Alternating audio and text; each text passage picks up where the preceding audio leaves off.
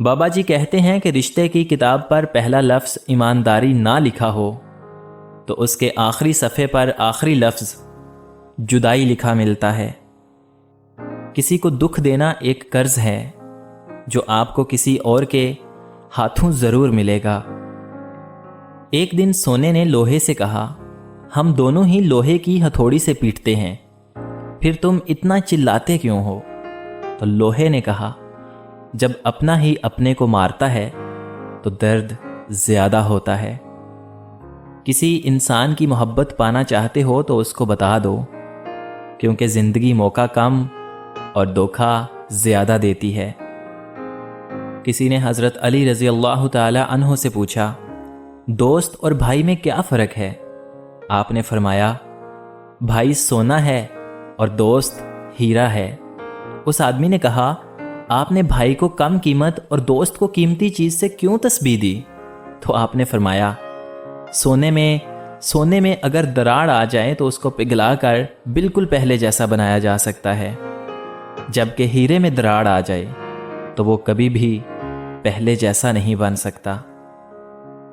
خاموشی ایک ایسی عبادت ہے، فرشتہ اسے لکھ نہیں سکتا، شیطان اسے بگاڑ نہیں سکتا، اور اس رب کے سوا کوئی اسے جان نہیں سکتا۔ بچے کو غصے میں ہلکا سا تھپڑ لگا دیں تو رو پڑے گا، مگر مذاق میں مارے ہوئے زور کے تھپڑ سے بھی ہنستا رہے گا۔ نفسیاتی درد جسمانی درد سے زیادہ شدید ہوتا ہے، اور زبان کا لگا ہوا زخم کلہاڑی کے زخم سے زیادہ دردناک۔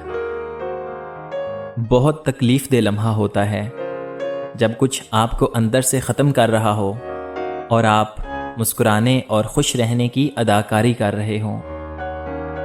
نبی اکرم صلی اللہ علیہ وآلہ وسلم نے فرمایا، اس ذات کی قسم جس کے ہاتھ میں میری جان ہے، تم نیکی کا حکم دو اور برائی سے روکو، ورنہ قریب ہے کہ اللہ تعالیٰ تم پر اپنا عذاب بھیج دے، پھر تم اللہ سے دعا کرو اور تمہاری دعا قبول نہ کی جائے گی۔ محبت دعاؤں سے نہیں، پرواز سے ظاہر ہوتی ہے۔ منافقت سے بہتر ہے کہ تم کافر ہو جاؤ، کیونکہ جہنم میں کافر کا درجہ منافق سے بہتر ہے۔ فاصلے کبھی بھی رشتے الگ نہیں کرتے، اور نزدیکیاں کبھی بھی رشتے نہیں بناتی۔ اگر احساس سچے اور پرخلوص ہوں تو رشتے ہمیشہ زندہ رہتے ہیں۔ طوفان کا آنا بھی ضروری ہے زندگی میں، تاکہ پتہ تو چلے کون ہاتھ پکڑ کے بھاگ رہا ہے اور کون ہاتھ چھوڑ کر بھاگ رہا ہے۔ موتی اگر کیچڑ میں بھی گر جائے تو بھی قیمتی ہے، اور گرد اگر آسمان پر بھی چڑھ جائے تو بھی بے قیمت ہے۔